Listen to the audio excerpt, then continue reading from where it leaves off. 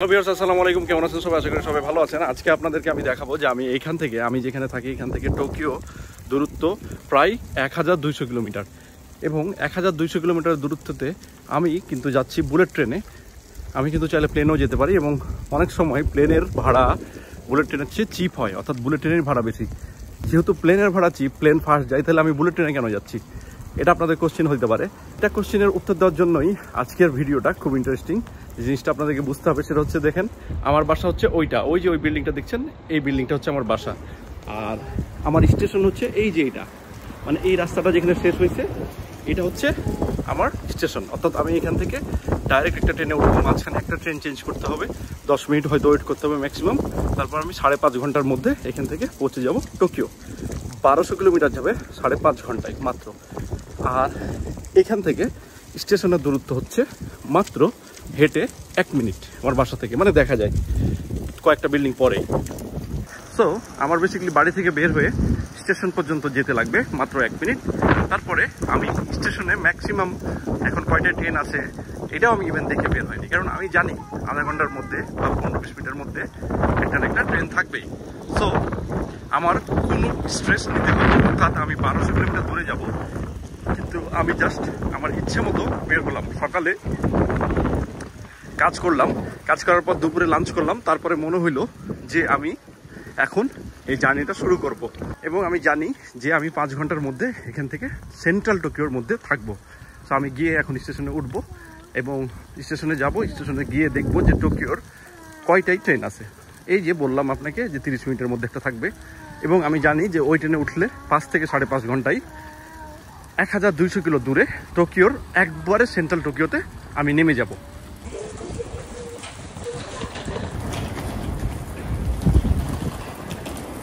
এখানে দেখতে পাচ্ছেন টিকিট কাউন্টার। আমি এখন যাব আর জিজ্ঞেস করবো যে কয়টাই ট্রেন আছে, এবং আমি টিকিটটা কেটে নেব। এবং এখান থেকে টোকিওর টিকিট সম্ভবত 25,000 ইয়েন, মানে বাংলাদেশের টাকায় 20,000 টাকা, যেখানে প্লেনের টিকিট শুরু হয় 10,000 থেকে 40,000 ইয়েন পর্যন্ত।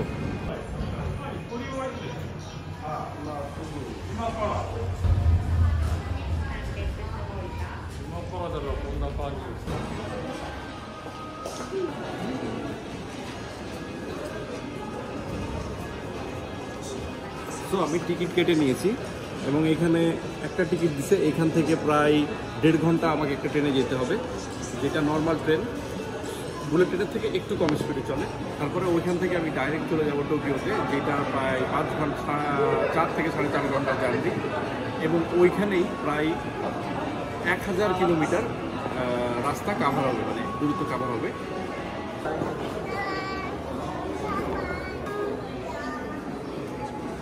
Bye bye, bye bye. আমি বাসা থেকে বের হয়েছি 10 মিনিটও হয় নাই, আমি কিন্তু অলরেডি আমার যে ট্রান্সপোর্টেশন এটাতে উঠে যাচ্ছি। তাহলে বুঝেন যে কেন বলতেছি যে প্লেনের থেকে এটা বেটার। বুঝবেন, ইন্টারনেট আছে, তারপরে আপনি ইচ্ছা মতো ব্যাগ নিয়ে যেতে পারবেন। বাচ্চার যদি 12 বছরের নিচে বয়স হয় তাহলে আপনার কোনো টিকিট লাগবে না, এবং আপনি 10 KG, 15 KG, 20 KG, 30 KG, 40 KG, 50 KG জয়টা ইচ্ছা তো এটা লাগেজ নিতে পারবেন, এবং আপনি 5 ঘন্টা ঘুমাইতেও পারবেন। আপনি যদি চান তাহলে আপনি অফিসের কাজও করতে পারবেন, কারণ ইন্টারনেট ফ্রি, সব কিছু ফ্রি। এই যে দেখুন আমার ট্রেন চলে আসছে।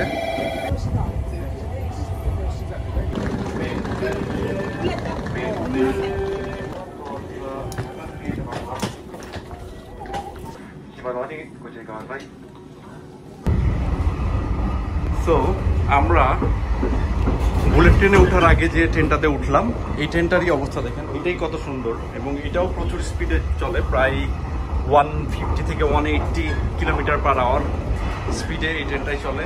এখানে আপনি পাচ্ছেন টয়লেট, এবং এটা প্লেনের টয়লেটের থেকে অনেক ভালো। আর আপনি জাস্ট এখানে কমন স্পেস পাচ্ছেন। আমি কিন্তু 2টা বগির মাঝখানে এমনি দাঁড়ায় আছি। সবচেয়ে মজার ব্যাপার কি জানেন, যে কেউ এসে আমাকে বলছে না যে please fasten your seat belt, মানে বারবার এসে কানের কাছে যে কেন এটা এত বিরক্ত লাগে। কি আরাম করে বসে আছি দেখেন, আর ভিউ দেখতেছি, কখনো সমুদ্র, কখনো পাহাড়, কখনো ধান ক্ষেত, কখনো গাড়ি, কখনো ঘরবাড়ি, কি যে ভালো লাগতেছে। ট্রেনের জানলা দিয়ে তাকাতেই দেখলাম বড় বড় পাহাড়ের সারি, এবং কখনো দেখলাম প্রশান্ত মহাসাগরের সেই সমুদ্রের ঢেউ। সো এখন আমরা কোকুরা স্টেশনে, এবং আপনাদের বলেছিলাম যে এইখানে আমাদের একটু ট্রান্সফার করতে হবে, মানে দূরে কোনো জায়গায় যাইতে হবে না, জাস্ট একটা প্ল্যাটফর্ম থেকে আরেকটা প্ল্যাটফর্ম, এবং এখান থেকেই একবারে 1000 কিলোমিটার চলে যাবে 4 ঘন্টায়। মানে এখন অ্যাকচুয়াল বুলেট ট্রেনে আমরা চড়বো এবং তারপরে চলে যাবে 4 ঘন্টায়। এবং এত আরামের জার্নি, মানে আমার ঘুম চলে আসছিল।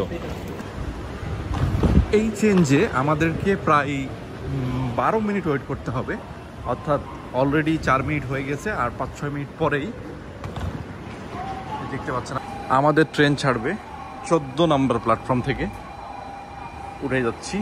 তো একটা কথা আপনাদের বলা হয়নি, সেটা হচ্ছে যে এই যে বুলেট ট্রেন, এগুলোতে কিন্তু আপনি রিজার্ভ করেও যেতে পারবেন, নন রিজার্ভ করেও যেতে পারবেন। অর্থাৎ এই যে বগিগুলা দেখছেন, এই বগিগুলার পার্থক্য হচ্ছে যে, যেমন আমি যেই ট্রেনটাতে যাচ্ছি টোকিও, এটার হচ্ছে নন রিজার্ভ যে বগি, মানে যেগুলোতে আপনি রিজার্ভেশন ছাড়াও জাস্ট টিকিট কেটে উঠে যেতে পারবেন, এটা হচ্ছে বগি নাম্বার 1 আর 2।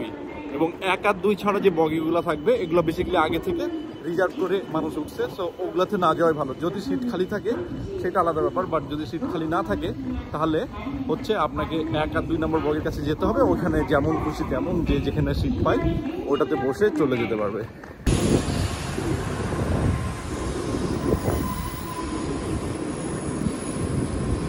এগুলো হচ্ছে নন রিজার্ভ।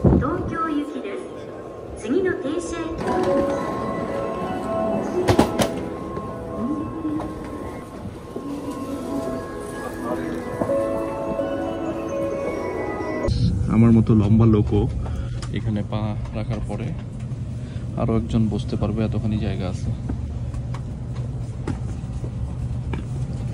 এরপরে পাচ্ছেন ফ্রি ওয়াইফাই, তারপরে পাচ্ছেন চার্জিং পোর্ট।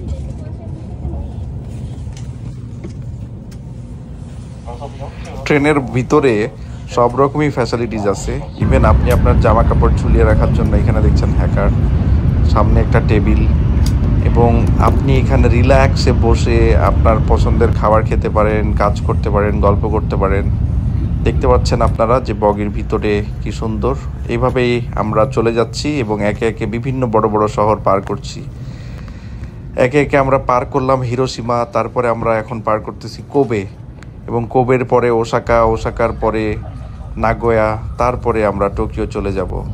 এবং জানলা দিয়ে দেখতেই আমাদের চোখটা জুড়িয়ে যাচ্ছে, কত রকমের কত কি আমরা দেখছি।